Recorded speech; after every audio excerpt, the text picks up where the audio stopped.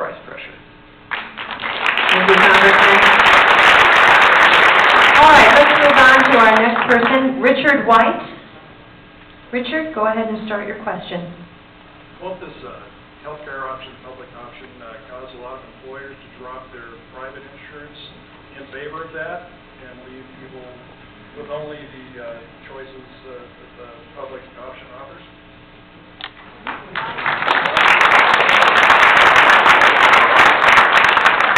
You can't just drop your employees and drop them into the public option, and it's why the pay or play provisions are so important. You're going to have skin in the game either way. You're either going to have to pay into that system, and then people can choose from private or public, or you're going to have to provide coverage to your employees. Anyone else on the panel wish to make a comment? Paul? I want to address the previous point that the Congressman made about the minimum provisions. Now, he did outline both in the newspaper recently and in his discussions that if you like your doctor and the plan you have now, you can keep them. That's not necessarily true. I have what's called a health savings account. 8 million Americans have health savings accounts. They're high deductible plans that you can pay into tax-free and then do like I said before and pay out for those day-to-day expenses. Those would be eliminated because of those minimum provisions as contained in all of the various bills moving on Capitol Hill. So that consumer portion that we've seen bubble up here in the last 5-6 years would be eliminated, in my understanding, under all of the legislation moving forward. That's unfortunate. Thank you, Mr. Dixon. All right, thank you, Mr. White. Let's move on to our next question from Joe Livingston, MD. Joe, go ahead and start your question. Hi, I'm Joe Livingston. I'm a fellow at UNM, and I'm a member of SEIU and CIR. I think when I think about healthcare reform, I think about patients. And I remember I spent 3.5 years in the National Health Service Corps in one of the poorest communities in the United States. New Mexico has a number of really poor communities. I was actually outside of New Mexico. And I know you have 2 boys. I want you to imagine one of them is 3 and was just newly diagnosed with leukemia. I'm assuming that you would want your child to be taken care of with his cancer treatment by a pediatric oncologist and not by me. But in my poor community, I found myself being a pediatric oncologist because people there were poor and didn't have access and didn't have nice healthcare savings accounts. So, my question is, in reading what's been happening politically in Washington, it seems like some of the things that are truly important for health care reform, like the public option, are at risk. And I know it's nice for bipartisanship to have people like Mr. Gessing here to represent his point of view, but are people who disagree with the public option going to win, or are we going to be able to get true health care reform that will make people like RJ, my kid with leukemia, get the kind of care he needs? Thank you, Dr.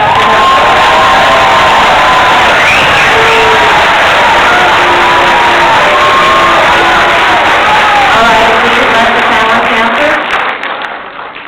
I just want to reiterate not only my commitment to the public option, but my commitment to if we don't begin to pull all Americans into this pool, we will not have succeeded.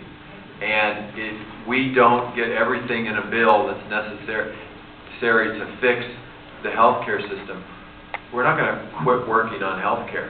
This is, we can't have another 20 years where no changes get made that help the system and that help people like the child who just described. So we will get everything we can to improve healthcare in New Mexico across the country, but we're not going to quit just because the president signs a bill. Any other comments? Okay. Are you sure? One quick point. HSAs are actually created for low-income people because they increase the risk that they bear. Please, let us finish. Thank you. All right, Darlene Spurgeon. Darlene, please go on with your question. Thank you. I'd like to know about tort reform. Why? I'm sorry, could you please ask that one more time? But tort reform, there's nothing in this bill about tort. You know, this is what causes doctors to raise their prices because they have to pay for the insurance. Actually, before I was in the Congress in 2005, that was looked at as one of the ways to pay for healthcare reform. Because the numbers being bandied about were that 35% of the increase in costs was being driven by that.